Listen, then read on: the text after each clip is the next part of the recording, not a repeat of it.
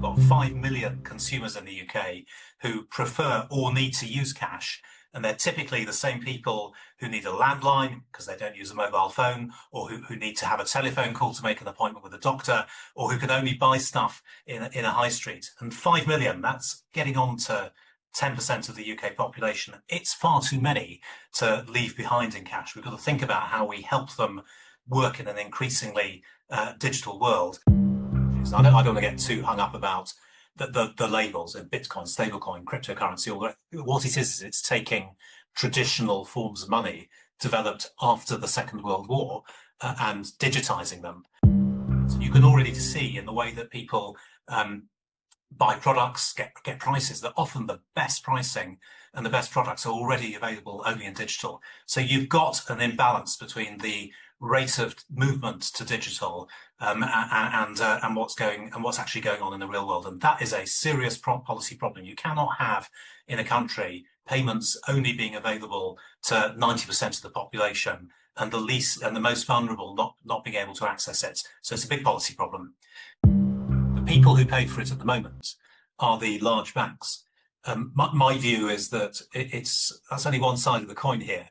Because the change which is being driven in society is also coming from the large tech companies, the Amazons, the Metas, the Googles, and their businesses are built on the very exciting and positive experience that we all get by moving into their world. So I actually think there's an argument for both sides of the coin to pay. Again, if you think about your typical high street, 5 years ago, a shop not accepting cash would probably have made it onto the front page, or page 3 at least, of the Daily Mail as an interesting warning for the future. Now it's extremely common for people to go into a shop and be told, sorry, we don't take cash.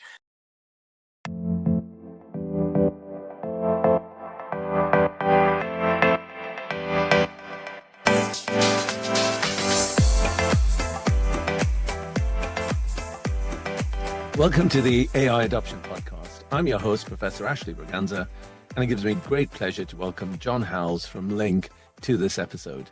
John, before we get started, I wondered if you could give us a short introduction, both to yourself and to Link as well, please.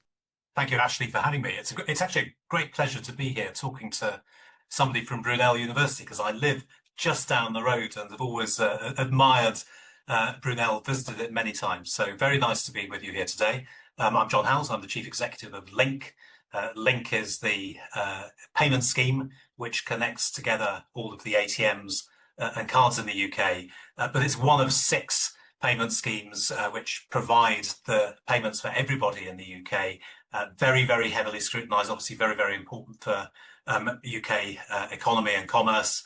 You'll have heard of the other ones. There's 2 big commercial ones, Visa, MasterCard, and then there's also cheques, faster payments, and BACS. And together, those organisations help to make payments work in the UK. I've been here, goodness me, just must be getting on to 15 years now. Before that, I had a lengthy career with Capgemini in financial services and with public sector. And financial services and public sector, those are the 2 industries which really combine together in payments. And so that's why I'm here. Delighted to be talking to you today. You know, as we move into this AI world and become more digital, cash cannot, on the other hand, be more physical. So I'd like to maybe start by setting a baseline in terms of what's going on in this world of cash. I think it's a fascinating insight into the move from traditional technologies like cash to what's going to change the world of payments completely. But it's not just happening in payments. In every aspect of our life, not only in this country, but in pretty much every country across the globe, the change that technology is bringing over the last 10, 20 years, it is completely transformational. If we think about our individual lives, it's not just in payments, but it's in how we contact our doctors, how we deal with public services, how we get our entertainment. It is changing at a pace which is absolutely remarkable. And in the world of payments, it is the move from cash to digital, which is the most visible. But the problems that brings, they're felt just as much in other parts of our lives and the lives of other people across the world. What's happening is that we've got a very rapid move from cash to digital payments going on. Link 10, 15 years ago, cash was about 6 out of 10 payments in the UK. It's now less than 1 in 10. That's a huge transformation, and that's not going to stop. In 10 years' time, it'll be 1 in 20, 1 in 30. So we're on the way to a very low cash economy.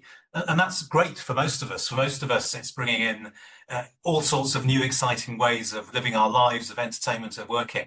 But for many, it presents a real problem. And it's not just one or two. We've got 5 million consumers in the UK who prefer or need to use cash.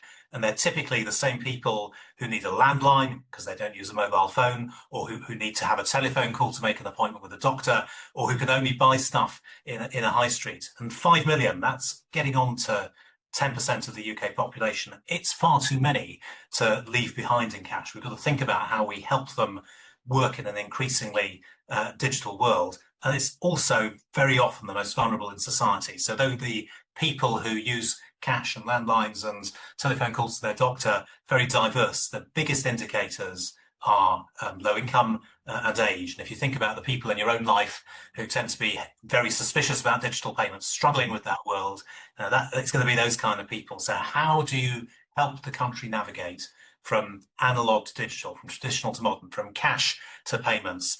That's a key policy issue for government, and it's where things like AI could be very, very helpful. John, thank you for that kind of really succinct overview of where we are now with cash. But those 5 million people that you've spoken about, you've given us some features, some characteristics of that population. I guess there are two things. One, can you tell us a little bit more about that segment of our society?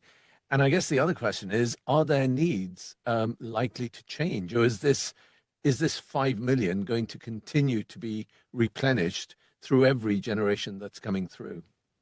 I think the biggest challenge with the 5 million group is it is the more vulnerable, because most of us have happily bought a smartphone, learnt how to use it, and are enjoying going into that new digital world.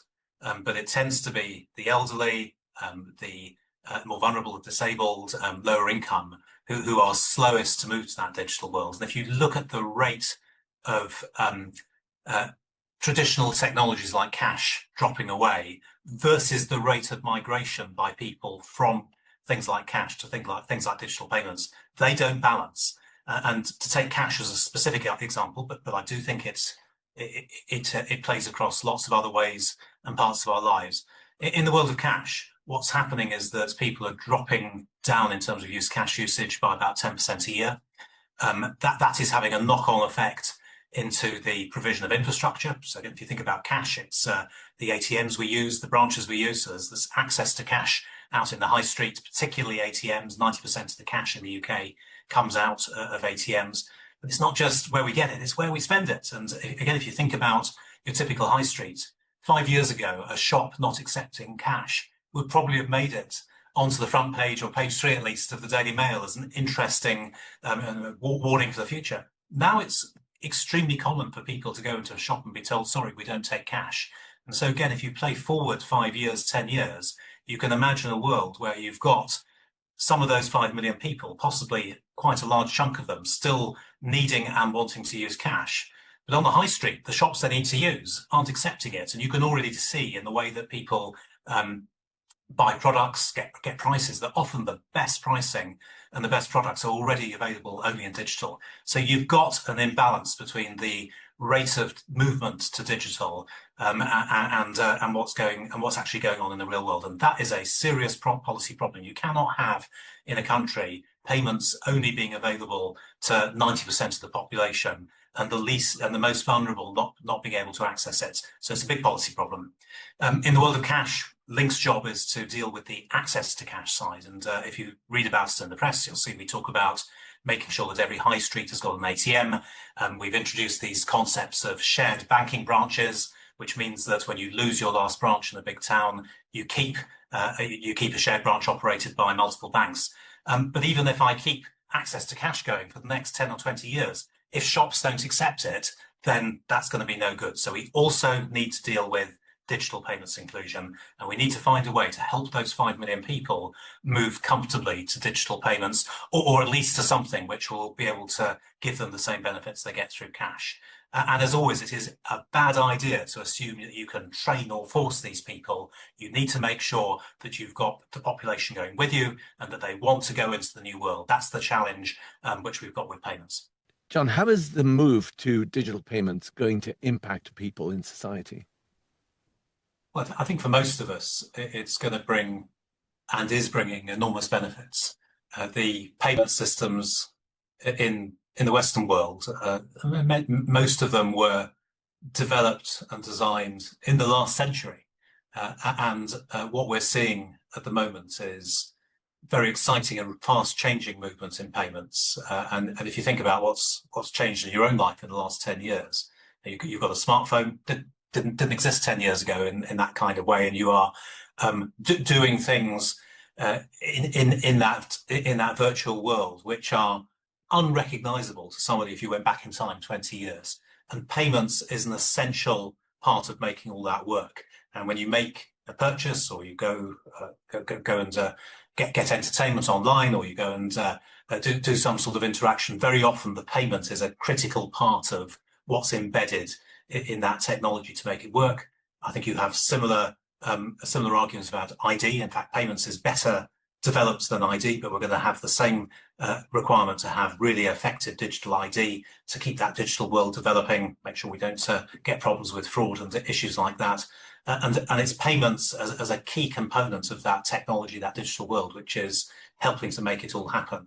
And when you read in the press about concepts like stablecoins and CBDCs and tokenized bank deposits, all quite theoretical and technical, what these things do is they enable payments in the digital world that we're going towards in an effective, smart, quick way, lots of data wrapped around it.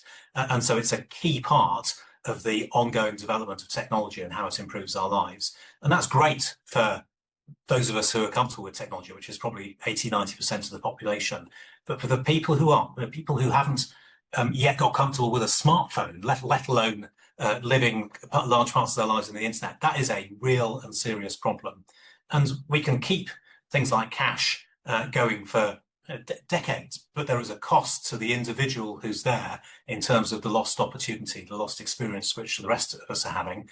And it's also expensive. It costs money to keep the cash system running, probably about £4 or £5 billion a year in the UK. So a serious amount of money. You could build a lot of hospitals and universities with that. And then when you duplicate that problem, not just from cash, but into other areas of our life where you've got this traditional technology and modern technology running next to each other, that gives a serious problem. And I think this is where things like AI can come in and help. And you asked about shared branches earlier, and the reason people like shared branches is because they're in the high street, but they've got people in them. And if you are comfortable because you've spent your entire life interacting with people and talking to people, then suddenly having to use a screen or a computer, even if it's in a branch in the high street, it is going to be a very, very challenging thing.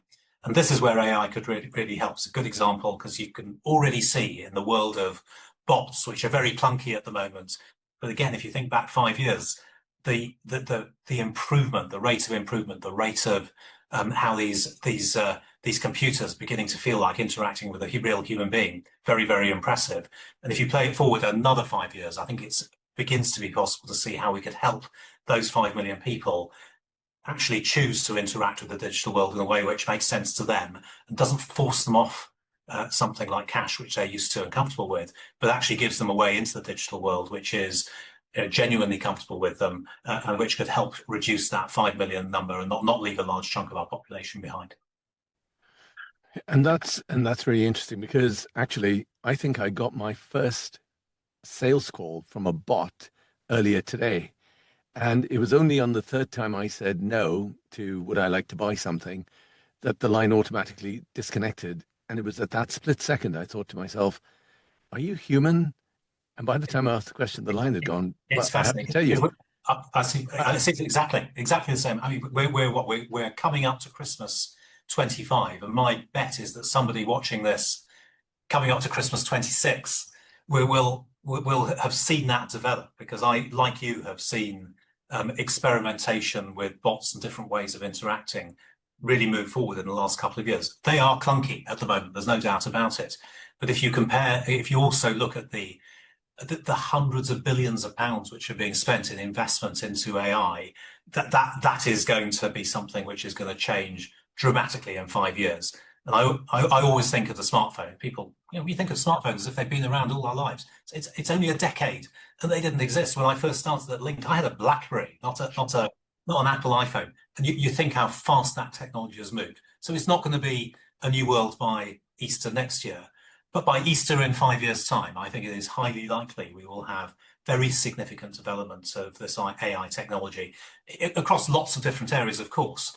But a really useful area for the people who are struggling into the digital world will be in areas like AI bots and avatars, which will feel like give them the same benefits as dealing with a human, but at a fraction of the cost, and therefore possible to imagine a world where we can provide that for the whole population, and keep everyone included. Well, I mean, a case in point may well be the emergence of banking hubs. And I just wondered if you could just briefly explain what a banking hub is, and then maybe talk about kind of who pays for these hubs today, and perhaps who should be paying for these banking hubs going forward.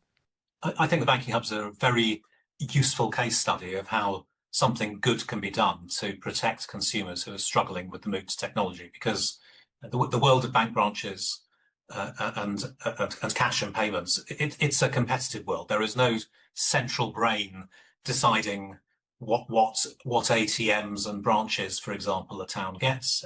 Those are competitive decisions by the operators of branches and by the operators of hubs, by the operators of ATMs, and without some sort of management, what happens is, as volumes go down, you get a unplanned closure of ATMs and branches across the country, and typically it'll be places which have got the lowest volume which will lose their facilities, and that may not be the best place from society's point of view. And you could very easily imagine a world where, if you just left it to competitive forces, you end up with particularly the smaller towns and villages without facilities like bank branches and ATMs, and then the big places are going to have loads of them. That is not a good place for society to go to. And what's happened with bank branch closures is that the banks have got together voluntarily, and they've decided that there needs to be some sort of system laid on top of the branch closure decisions which are happening individually within each organisation. Their solution is that when you end up with no bank branches left in an area, then it gets considered for a banking hub, and that is Link's job to monitor that and to make sure where you've got a problem, a banking hub is provided. What a banking hub is, it's pretty much what it says on the tin. It's a building in the middle of a high street which looks and feels like a bank branch, but when you go into it, instead of it just being whatever your brand is, it's got all the different brands operating there. And the way that works is that you've got a counter with a person in it who's doing basic banking for all the banks every day of the week, so paying in cash, taking out cash, paying bills, that kind of thing. And then you have a different bank on different days doing the more complicated transactions. So very, very simple, very simple concept. But what it does, it means when you lose your last branch in town, in a particular place, a banking hub can protect and keep served all of the consumers who aren't comfortable with online and need that face-to-face service. We're at about 200 in the country at the moment.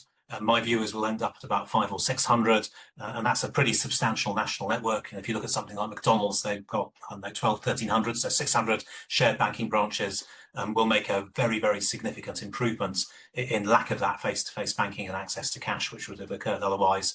And of course, the large cities will maintain their big bank brands, because you're still going to want, if you're a big bank, to have your branch in the middle of Uxbridge, but you may not want to have it in one of the outer suburbs, and that's where a banking hub can help. So very, very effective solution, delivered initially voluntarily, which I think meant that the banks could work out between themselves how to get fine-tune it and make sure the process worked, and then built into legislation. So it is now a regulated activity by the by the FCA, but it's been developed with the industry on a voluntary basis, which means it works. And how many times do we hear nowadays that we've got things which have been done in the country which don't work? And I think that kind of voluntary work together, then putting it into regulation, it's a model I like and which is working well for bank branches. And what it means is that people who would be very frightened about losing their access to banking because they use a branch and that's it, they've now got confidence that at least they've got access of some sort to a face-to-face banker in a place which is hopefully not going to be too far away from where they live. Thank you. And who pays for this service at the moment? Who pays for these banking hubs, and who should or ought to pay for them? I think that's a very good question. So the people who pay for it at the moment are the large banks.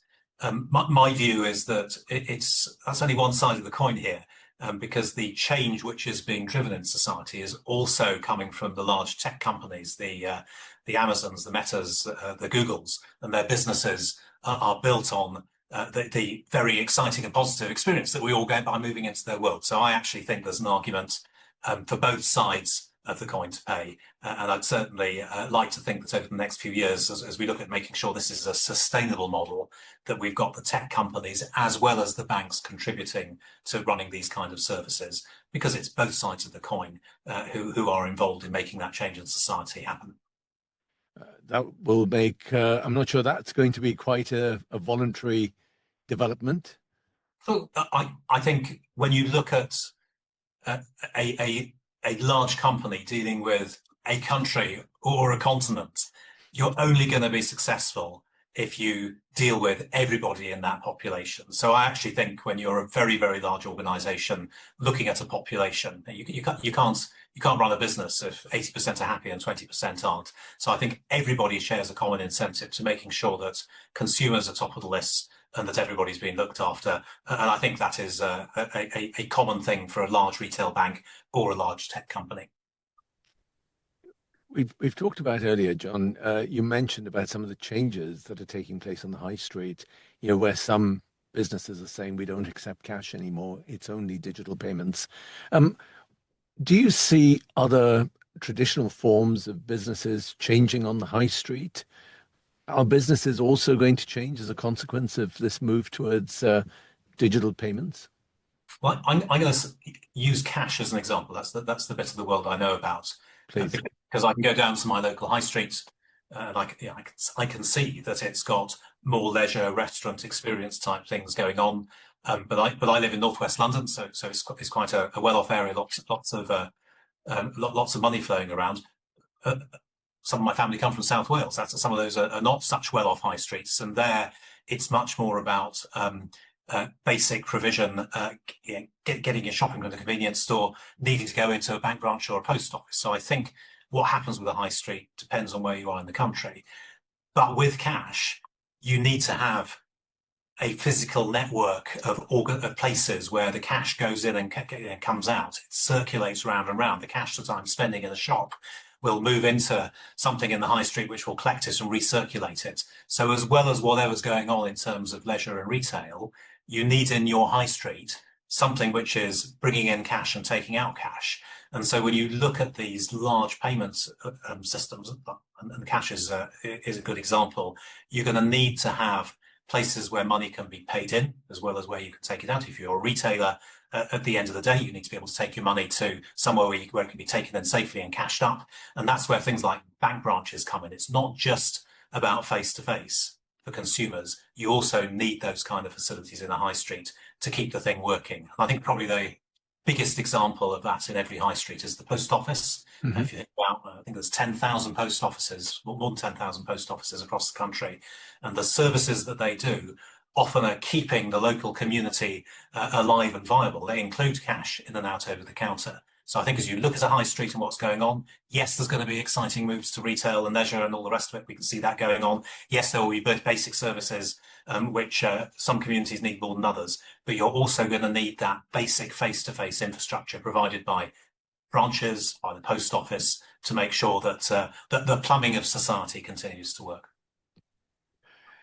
I mean, for society to continue to work today, absolutely, I can see how cash is really important. But looking forward, John, what do you see is likely to happen to payment systems over the next 3, 5 years? We are across pretty much every country in the world moving to a much more digital place. Now, the UK is quite well developed when it comes to moves to digital. So there's many countries which are still heavy cash users, and there's broadly a correlation between how large the economy is and how wealthy the economy is and how digital it is. Not black and white, but roughly that's what's going on. And if you look at the big trends around payments, you've got some very big markets like India and China and Brazil who've made transformational changes to their payment systems, which is lifting the performance of the whole economy. And it comes back to the point I made earlier that payments, along with digital ID and the way we use digital, they are the nuts and bolts, the picks and shovels of the digital economy. And most countries around the world recognize that, and they're trying to work out how to move their entire populations as quickly as possible into that digital space. In the UK, we're quite well advanced. We are moving to a world where cash will be not used very much for payments at all. So we're already at 1 in 10 payments, cash down from 6 out of 10 maybe a decade ago. It'll be 1 in 20, 1 in 30 by the mid-30s. So very low as a payment transaction.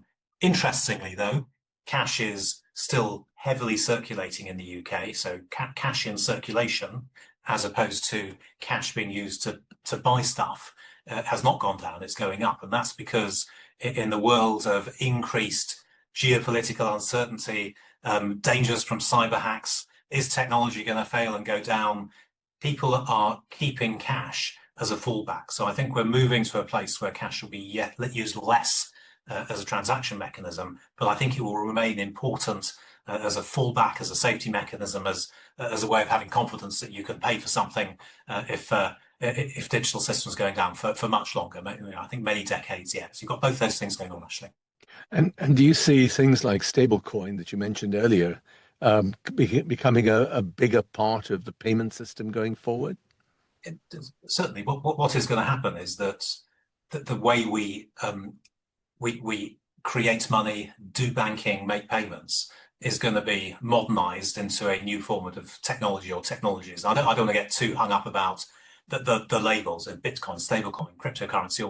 What it is it's taking traditional forms of money developed after the Second World War and digitizing them. And once that is done in a way which everyone can access, you're going to be able to make payments which are much richer in the data they can carry, so they will be able to support and work with all the other developments which are going on in the way that services are delivered, products are prepared.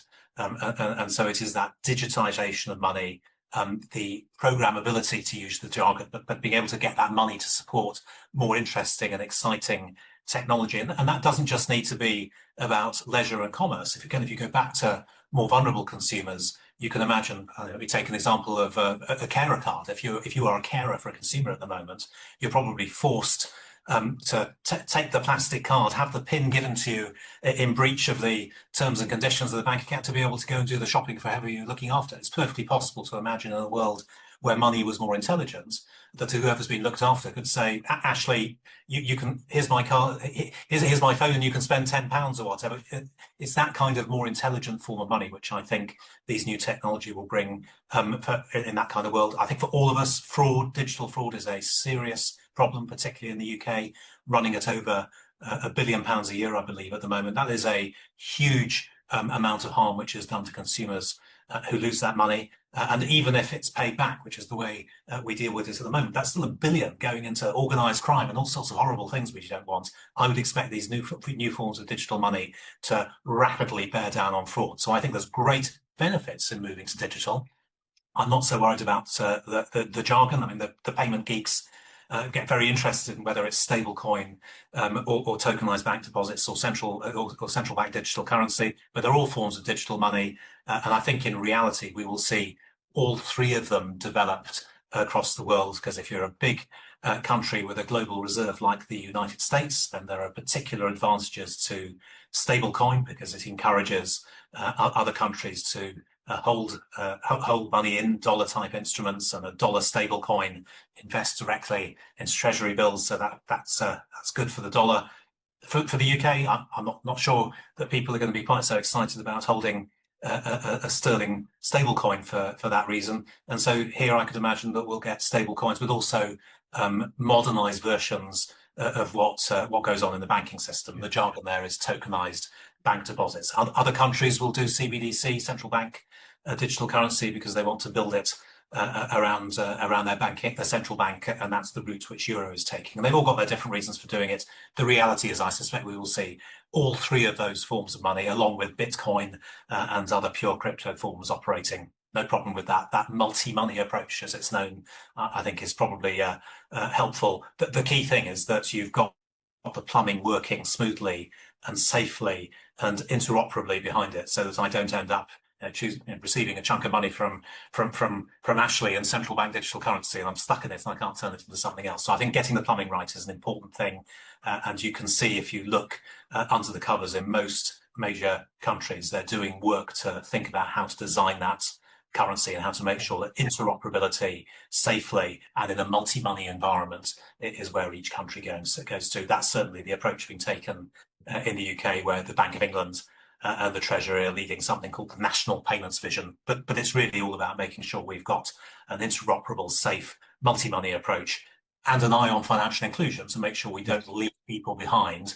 because they haven't got the confidence or the skills or the technology to be able to use that world. Thank you. What should companies be doing? Whether they're in the public sector or the private sector, how should companies be planning for this emerging payments world that we're entering into? Well, my view is that the big issues at board level are more to do with technology, cybersecurity, and the threats which the move to technology brings. So we've all seen the increase in horror stories about failures in technology or cyber attacks over the last year. Again, those sort of stories didn't exist 5 years ago, and I think that threat level is now becoming something which is appearing in everybody's daily lives. You wouldn't have seen in tabloid press commentary about cyber attacks and large retail stores or airports going down. Now they're sadly once every couple of months. So I think at the leadership level within companies, understanding technology, the opportunities and the threats they bring is absolutely key. And then something like payments will be a component of that, as will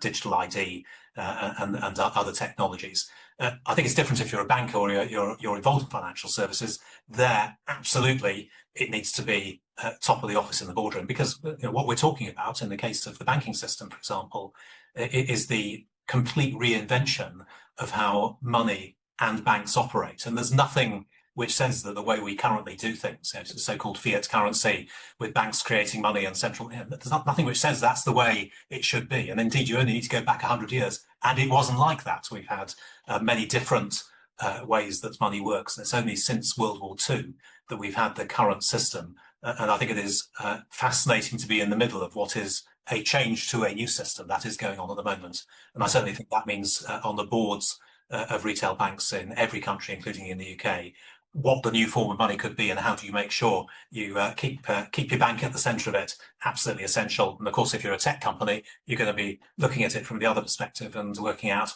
well, how can we get into this market, which has been very lucrative at times. How do you see payment systems, John, impacting wider society over the next, say, 5 to 10 years?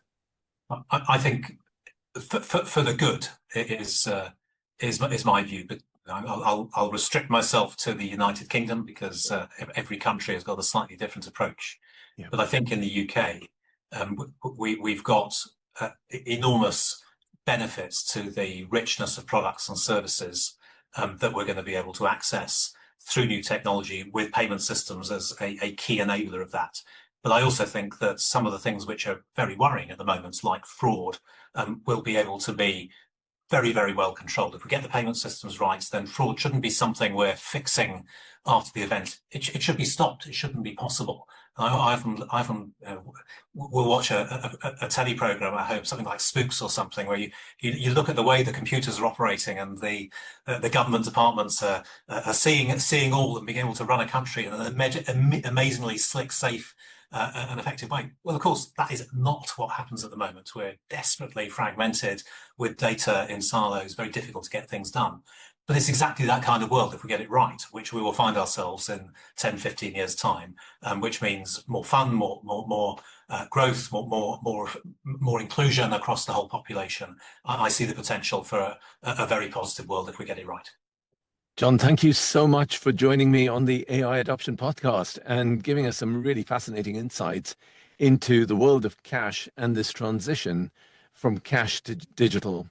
I think that you've highlighted that there is a significant section, 5 million people in society, particularly those at the more vulnerable end of society, who will need support in terms of the continued use of cash and the impact on their lives, and therefore the impact on communities. And from there, it spreads out more widely to society, is something that I think policymakers and all of us need to really understand. And as we move into this digital world and more importantly, the world of digital payments.